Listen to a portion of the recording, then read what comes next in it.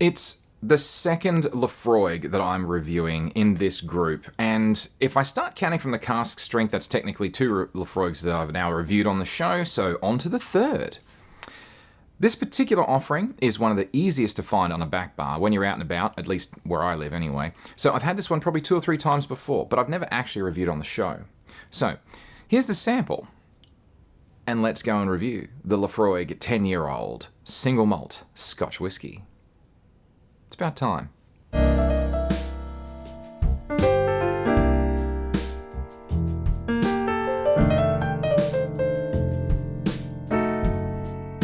Welcome to Whiskey Whiskey. I'm John Chidgey. Please remember to drink responsibly, only ever in moderation, and where and when it is appropriate to do so. If you're watching this on YouTube and you haven't already, just take a moment now to like and subscribe and visit engineer.network/whiskey without the E to learn how you can support the show. Thank you. Now, on episode 94, I really went into detail about the distillery's unusual wash and spirit still arrangement, where they get their water from and all that stuff, but I didn't really talk much about the history of the distillery itself. I thought I probably should. It was the brothers Donald and Alexander Johnston who originally leased 1,000 acres from the laird with the intention of rearing cattle, and to do that, they planted barley as cow feed for the cold winter months, as you do. However, when there was an excess of barley, they chose to try their hands at making whiskey with it instead. They got a license. Turns out it was a lot more profitable than cattle. Yeah, no kidding. That was around 1815. In 1836, Alexander sold his half to Donald, and then he jumped on a ship bound for Australia. Ooh, that's a nice spot, I heard. Anyway, very nice, I think.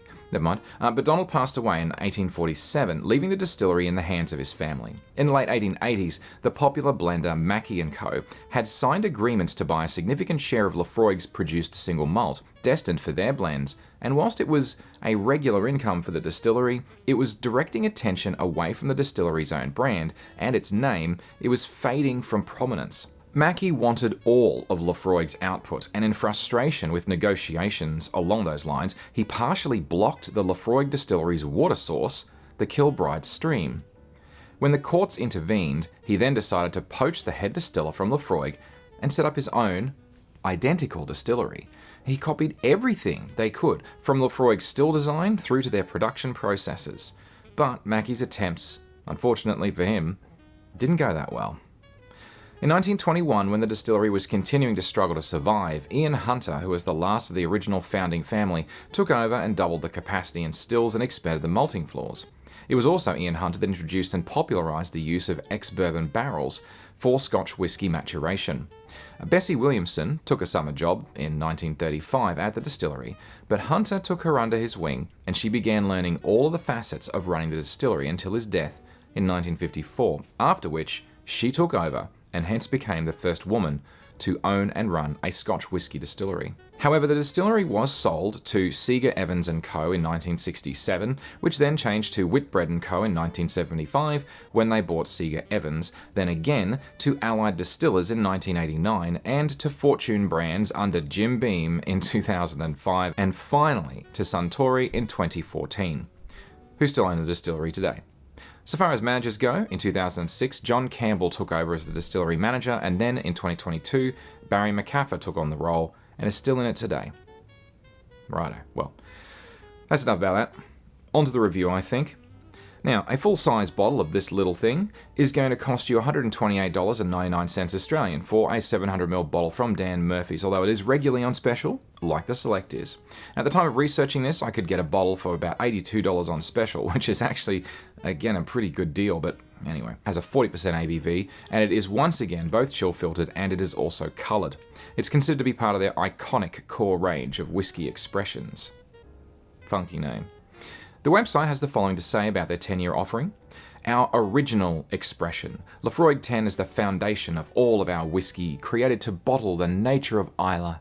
Expect a big, peaty slap.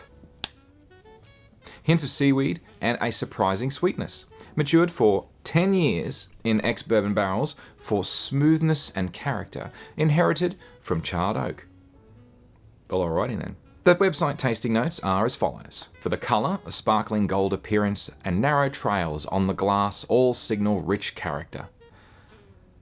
I could have just said gold, and it's coloured, so like whatever. On the nose, peat smoke, seaweed scent, and a medicinal essence hit the nose with a hint of sweetness. For the palate, surprising sweetness with hints of salt and layers of peatiness, and the finish long and lingering. Wait for the sweet seaweed afterglow.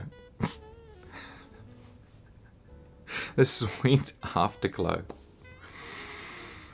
God, can scents and have an afterglow? I don't know. Whatever. All right. Once again, by the way, got this sample from Scott's Whisky. So Scott's Whisky here in Australia, they have all sorts of really great samples. So honestly, and I got this in the 15 ml because, you know, money. Sometimes it's hard to justify getting the bigger sample if we're just trying it. Let's see what we get. Funky pouring noises now. So for the colour on that, I'm going to say that is, again, it's sort of like an old gold, sort of a, I don't know, amberish colour. I mean, the problem is, of course, it's coloured, so, I mean, does it really matter? You can make it look whatever colour you want.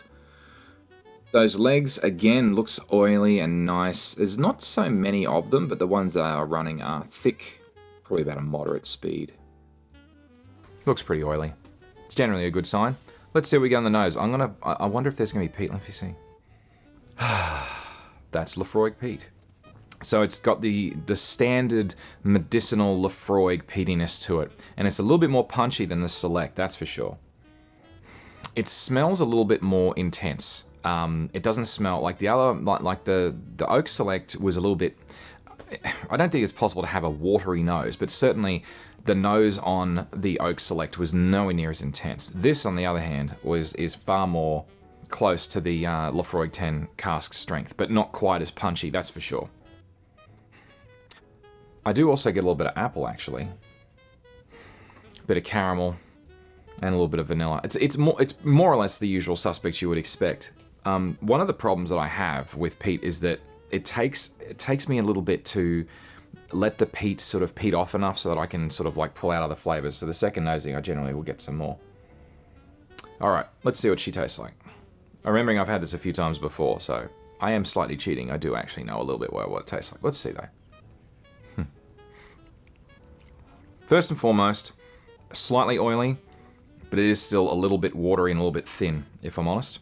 You can't really chew on it, but that has a little bit more of a buttery texture to it, which is kind of nice.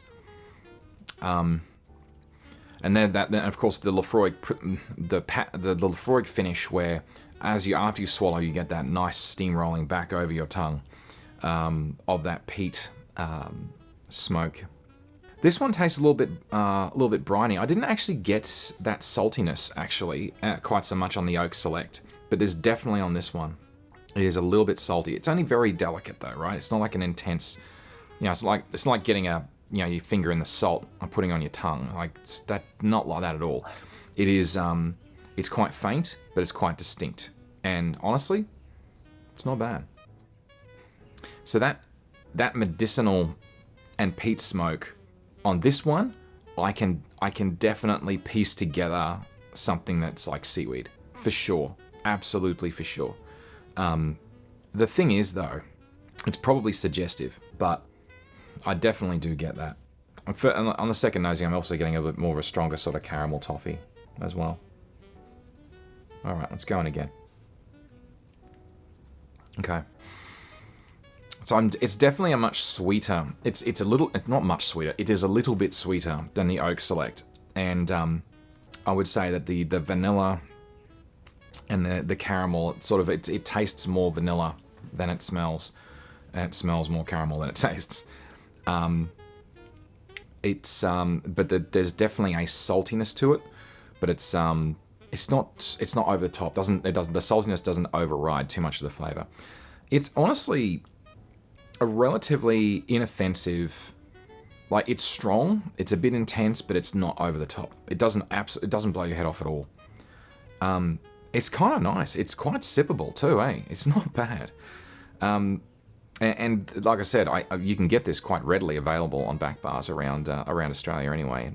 It's quite popular. All right, so let's rate this baby. For a cost, it's a cost of 2. It's affordable for good whiskey. But what about the quality? So honestly, I quite enjoyed doing this, and it did make me smile a bit. Honestly, it is. It's got it's a better balanced. I feel like the mouthfeel kind of lets it down a little bit, but then again, it kind of is what it is, or it is what it says on the tin. It's like it's not a cask strength. It's not high ABV.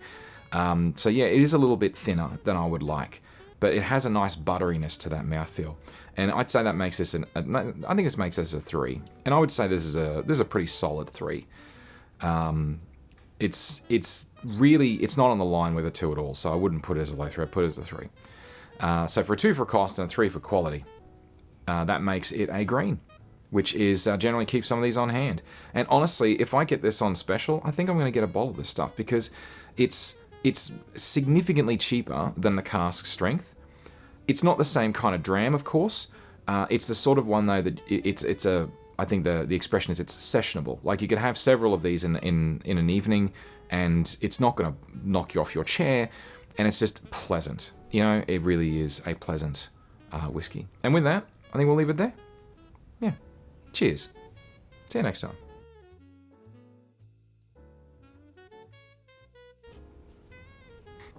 Buttery. Sweet. Not too bad at all. Don't mind it.